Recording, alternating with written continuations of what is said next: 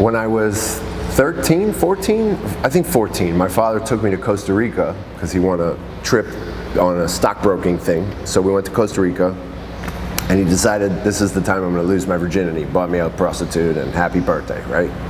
So at some point in this, we go to the rainforest, and we're in the middle of the jungle, and he had a Nikon, the first automatic, sort of really good Nikon, but it was film. And he handed me the camera, and I literally got lost in the rainforest.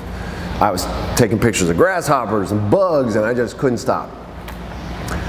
So I became obsessed with it, and it was like somebody handed me my violin that I was supposed to play my whole life. I just didn't know it, and then I just started playing it. So I sort of fell in love with photography because of Nat Geo and all these guys I still follow on Instagram now, like the last place for good photography. Nature is where it really sank me. And then I don't think that when I was 19 years old, I was faced with a very long prison sentence for drug trafficking. And I ended up in front of this judge, Jeffrey Rosnick, who knows about the show, sent me an email. He ended up being my classmate at Miami-Dade. So this is a good story. So he pardoned me from a long time in prison and said, I'm going to send you to rehab because you have no priors, and if I ever see you here again, I'm going to break the key off in your cell and you're never going to get out. So I was like on borrowed time again. So I was like, I'm going to go to school for art. And I applied to New World School of the Arts.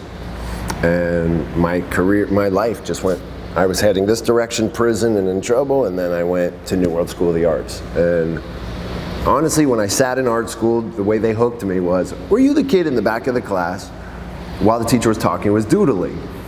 And I was definitely that kid, because I would get good grades, but it wasn't enough. I would always have something else on my mind. So when I got to school, I met a whole bunch of other weirdos who were just like me. It felt like I had just got into sobriety at the same time. So I had two cults that I just entered, the art cult and the sobriety cult. And at the time, they were hand in hand. Like, my spiritual condition was in direct proportion to my creativity. So I was in school ready to go and learn, and I learned film with Maria Martinez Cañas. So she's like a light painter with photography. So it's not like I learned any bit of commercial photography skills at all. I learned how to see photography like painting with light, like camera lucida, black box. What do we do with it? Cyanotypes and Van Dyks. I became obsessed with non-silver photography printing and printing in the dark room. I would hide from the security guards, put all the trays up so that they couldn't see me, and I would print till 4 in the morning at night. I became obsessed with photography.